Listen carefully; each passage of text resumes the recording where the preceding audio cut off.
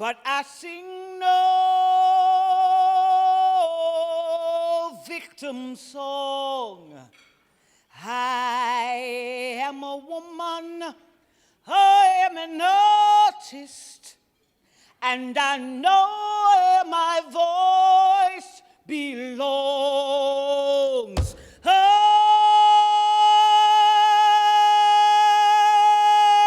an endangered species,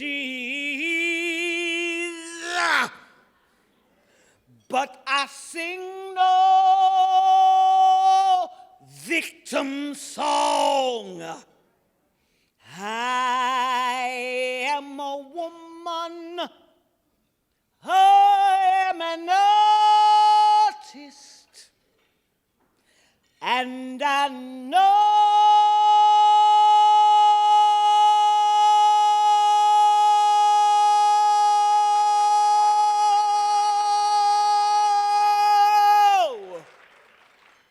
where my voice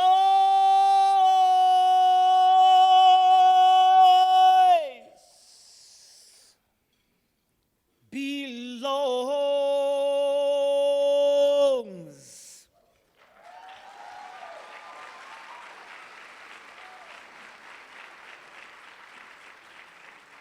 I know where my voice belongs, and I want to thank everybody and anybody who had anything to do with my being here today. Because you see, I believe that God orders your steps. Long before you thought you knew what you think you thought you knew, God had ordered your steps. Now, I know you think you see me here, but this is actually my avatar body. I am somewhere else plugged in doing a whole bunch of other things at the same time. Now, last night, I was supposed to be at another event in Las Vegas, and some storms came over Las Vegas, and I couldn't make it. So they immediately rerouted me to Norfolk. How about that? So you see, God was saying, there are storms over here, but we are clearing the pathway to make sure that you get there to be here with you tonight. Because that's how God works. Girls Incorporated, I love them. First of all, they got some of my favorite colors. I just love that crimson and cream, can't help it. Pink and green, blue and white, blue and gold, y'all are great too. But I tell you, Girls Incorporated, how important these programs are. Important because we're here tonight sitting in nice trees, eating, greeting, celebrating young people, and there are young people across this country laying down prostrate on the ground, playing dead, being dead, quiet, in silence, standing up for something. Like y'all don't know what I'm talking about.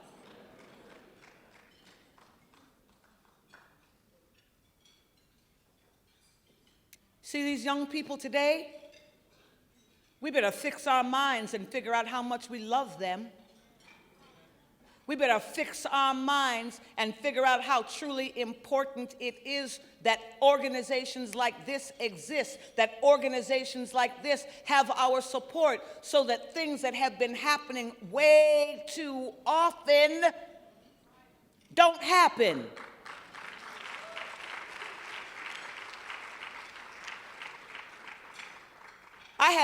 I had a whole support of people around me my whole life, but you see, I was fortunate because I had a group of family members who believed in the village. And for me to have my steps ordered to be here, and there's Miss Geneva sitting there, and her sister was such an amazing woman, and look at her, she's still amazing. Fabulous, doing her thing. Look at her. I saw her with her décolleté out. I said, that's what I'm gonna be too. That's right. I'll be 85 years old. They'll be looking at me and say, how they?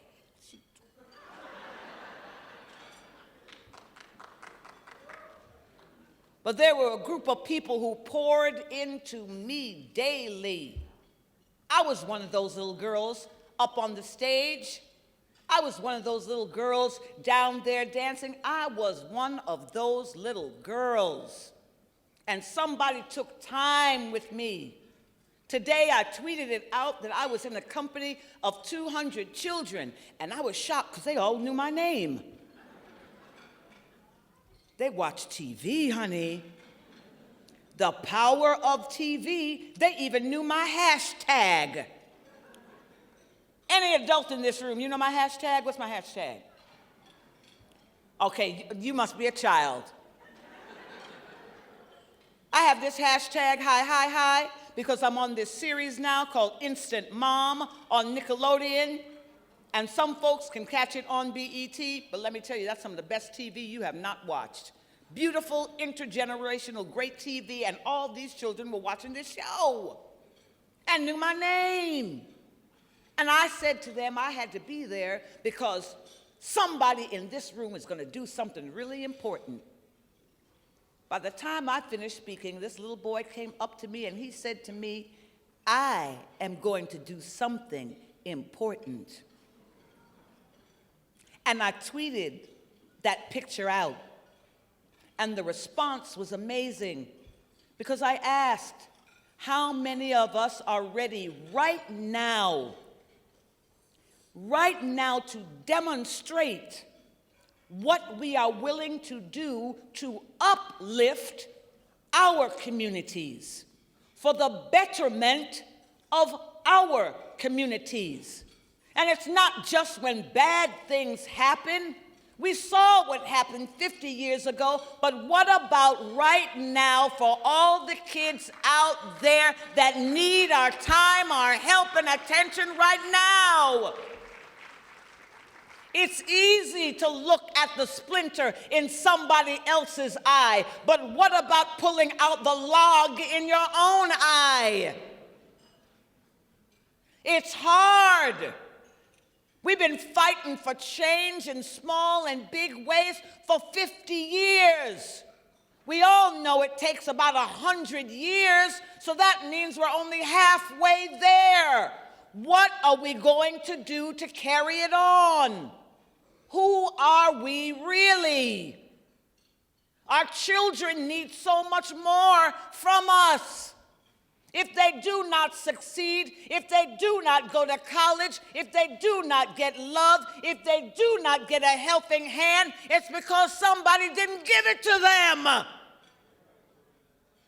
You think they're born violent? You think they're born stupid?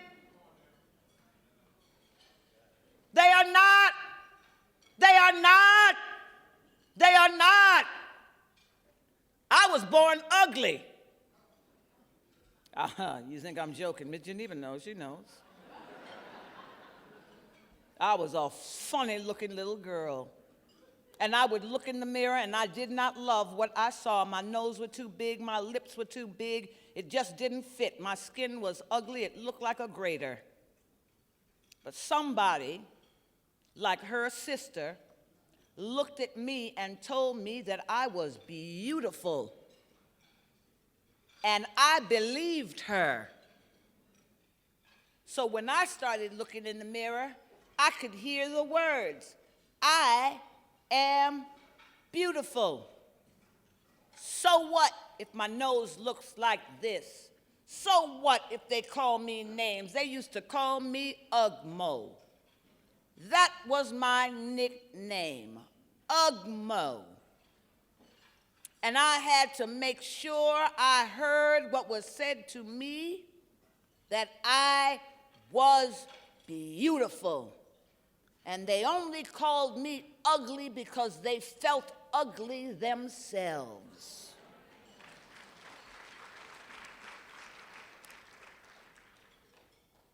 I'm putting these on not because I need them, but because I look good in them. Girls Incorporated,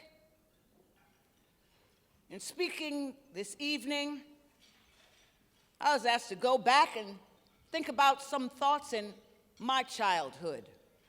What happened to me that made me who I am still becoming? Because it's not over yet. I figure it's over once you are no longer really there and they have laid you out or cremated or whatever you choose to have them do. Then it's over until you start that next journey somewhere. So I opened up my book, and I believe that sometimes, like when you open up your Bible and you say, let me read that. I opened up the book and it says, as a child of integration, I always lived straddling the black and white worlds. My parents wanted the best for me, so in the 4th grade, they had me take a test for a new school, an exclusive private school. I had never seen anything like it before. Public school had those huge concrete playgrounds, boys on one side, girls on the other. That's how it was in the 60s, with a common area in between. But my new school was all green, and there were no boy students at all. See, I knew I was somewhere special and different, and I had a feeling that I must be someone special to be allowed inside. What I didn't realize was that many of my classmates and teachers would feel the same way about me. And being special wasn't always a good thing. You see, that first morning, I'd been so excited to put on my new school uniform. There were no uniforms in public school, and this was nothing like the one I wore for Girl Scouts. We had crisp white shirts, blue blazers, knee-length plaid skirts, knee-high socks, and brown wingtip shoes. I hated those shoes. Did I mention the tie? Yes, we had that too, and I loved it. I adored the whole ensemble except the shoes. But as soon as I entered the huge front gates, I realized the uniform wasn't enough to make me fit in. No one else looked like me. No one else had the same kind of kink in her curl or the full lips like mine. I looked at all the girls dressed up and ready to learn on that first day, and I thought, who will be my new BFF and F, my new best friend forever and ever? Who will I do homework with and tell my secrets to? As I looked around, it became immediately obvious I was the only little black girl in a sea of white people. The nuns who ran the school stood before us. Not one of them shared my color. The school was very organized. We lined up outside in the yard, walked quickly and quietly in single file to the classroom. I will never forget that first day. I took my assigned seat. I even remember where it was. It was the first one on the last row, right next to the windows. I looked outside and I started to cry. I didn't want to be alone. I didn't want to be the only one in that entire school. When the nun called on me to answer the first question of the day, I did, and that was the beginning. There was no looking back. My new school life from 8:30 to 3:30 in the afternoon, the only black person, Negro, colored person I saw was the girl looking at me in the mirror. Making friends wasn't easy, but I did it. These were the kinds of friends who found me entertaining. They wanted to feel my hair, understand why it could stand up straight on its own. They wanted to touch my skin as though it would be different from theirs. Now, I quickly discovered that it actually was. My skin was tougher. When those girls called me names, I couldn't let it hurt me. I had to let it just roll off. I tried to believe what my mother always told me, sticks and stones will break my bones, but names will never hurt me. My mother was wrong. Those names, those words hurt. They used to say I had liver lips. Funny, I bet some of those same girls pay big money.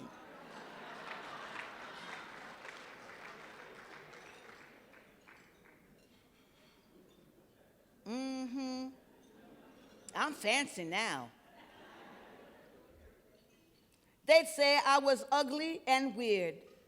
They used other words they'd probably only heard from adults, saying things they probably didn't really fully understand.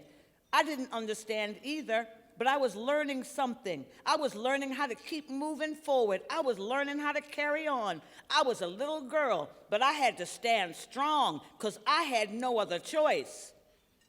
Then there were the other girls. The things they said were worse. Now, hate is a strong word, but I hate the N-word. See, I tried to stand up for myself and waited hopefully for someone to stand up with me, for me. See, sometimes a lone voice in the crowd would tell the bullies, leave me alone. See, it is amazing what one voice can do. There is power in one. I just wish that I had heard it more often. Every Wednesday, the students would take turns going downstairs to the music room for our half-hour lesson. My dad was a talented musician, organist, and I was expected to play the piano too. My piano teacher was a rigid woman with icy green eyes. This nun made me uncomfortable. My fingers never seemed to hit the right notes when she was watching, and it didn't help that I had not practiced enough. One day I left my classroom and went straight to my piano lesson. Sister was in a foul mood. My fingers stumbled over the keys and I started over. I guess I started over one too many times because she walked up behind me and shut the piano lid with a thud, just missing my fingers. You know, she said, I don't have to take students like you. Then she just looked at me. She sent me back upstairs, and I was happy to get away from that woman, but when I opened the door to my classroom, I saw the whole classroom was gone. I was confused. Where are they? Well, why'd they leave me? I headed straight over to the principal's office, and they sent me to see Mother Superior. I told Mother Superior what had happened. I explained that my class was gone, and I didn't know what to do. She acted as if I had done something wrong. She told me that there were consequences for lying. Liars were not tolerated at this school. And she walked me back over to my classroom. Now, I tried to keep up with her. I tried to keep up with her long, determined strides, walking behind that dark, black habit, just billowing out behind her, almost hitting me in my face. Now, why would Mother Superior think that I was a liar? When Mother Superior opened the door to the classroom, it was empty. I had been left behind, but I was the only one. How could they just leave me? Why would they just leave me? Today, I still wonder how and why that happened.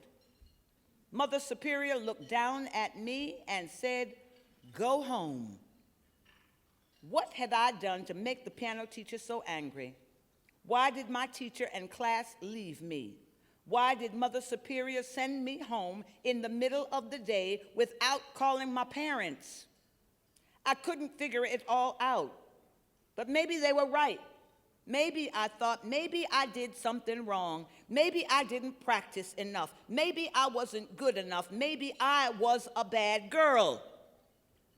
Years later, I know the truth. Nothing could have or would have made a difference.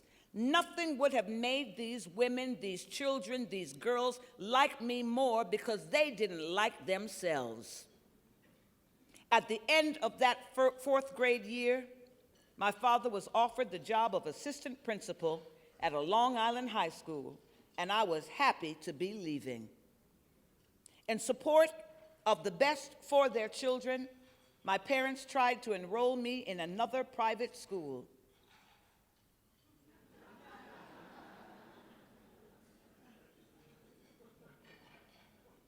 I made it plain, in no uncertain terms, that I was not having it. I told them that I was going to public school. They must have heard something convincing in my voice because they didn't argue. Everything was better after that. I made lots of friends. They were the kind that kept in touch and found me years later on Facebook. By middle school, I had found a place for myself in the school hierarchy. I ran for class office. I lost. Competed in sports. I won. And participated in school clubs. I fit in, sort of. But what happened in the 4th grade never left me. Those experiences are still there and they still hurt. I just pushed them far away and deep inside of me, and I carried on. Because sometimes a divinely inspired, victoriously awesome, diva young woman has to leave the hurt behind. A diva must carry it with you and put it down, because see, keeping on with the hurt just makes it worse. Everyone to some degree, a lot of these girls in the program and some of these young men too, see, they felt like an outsider. We all have our own version of that piano teacher telling you that you aren't good enough, telling you that you aren't smart enough, or that you aren't even the right color. It never feels good. I have learned that when people start telling me how unworthy you are, what they're really saying is that they feel deeply unworthy themselves. Now, I've learned as an actress over the years to call upon my personal memories as inspiration in some of the characters that I play.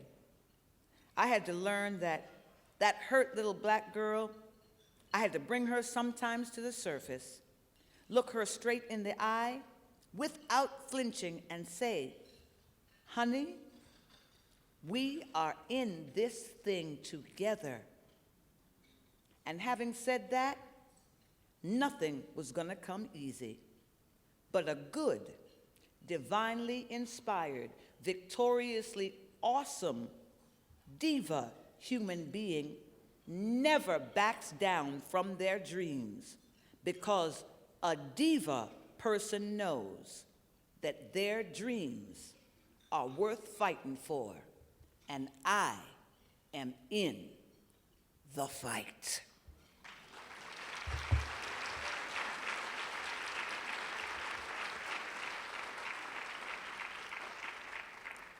The young people in this program, they need you. They need everybody. You've got $5, you got $10, you got $500. Do not leave here today without putting something in that envelope.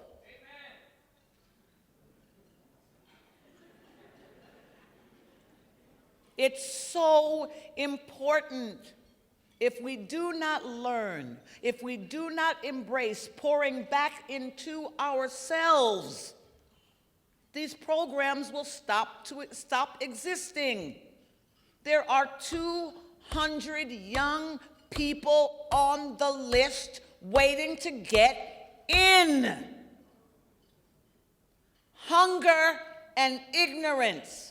If you do not feed the body, if you do not feed the soul, they are hungry. Ignorance, if you do not feed the mind, if you do not feed the spirit, they are ignorant. And anybody who has ever seen the Christmas Story knows that they are twins. If you do not take care of hunger and ignorance, they are going to come for you. We are the change that we have been waiting for.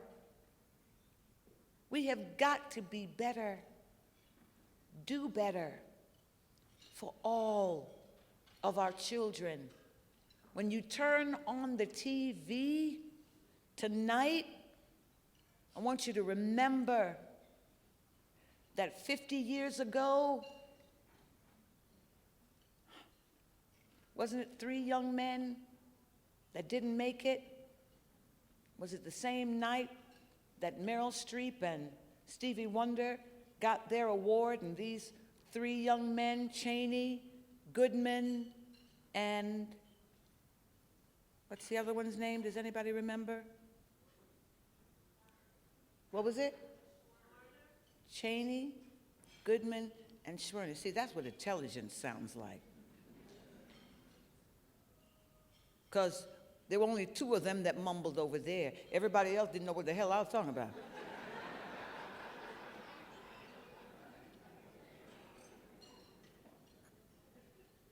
So you see, we've got work to do, and it's good work, because they're our children. And no matter what color they are, because you didn't see just all black kids up here tonight. Okay? You might have thought that's what you saw, but that's not what you saw. And all of them have their song to be heard. And all of them got their little dance. And all of them got on their little step. And all of them need to be supported, because some of them are going to do very important things like raise children. Some of them are going to go to college. Some of them are going to stand in the pulpit. Some of them might even get an education and teach other people. But they will never know that dream unless somebody stands up and looks at them and say, look at you, I see you. I support you. I love you. When you turn on your TV tonight and you see all those young people across this country trying to figure out how to move forward, think about putting in something into the kids right here tonight.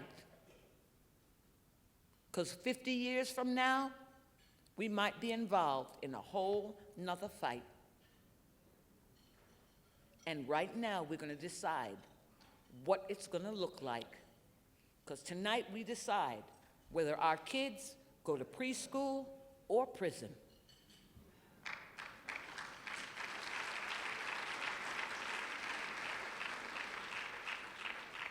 You got Hampton and Norfolk State here. You're going to decide, will they actually get into college?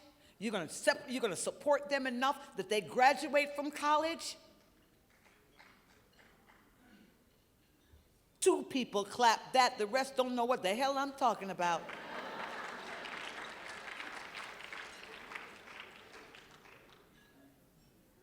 We are the change that we have been looking for, and this is going to be a long December. But for some kids tonight, this just might change the rest of their lives. Tweet about that. I'm Sheryl Lee Ralph, and I love you just the way you are, because God does not make mistakes.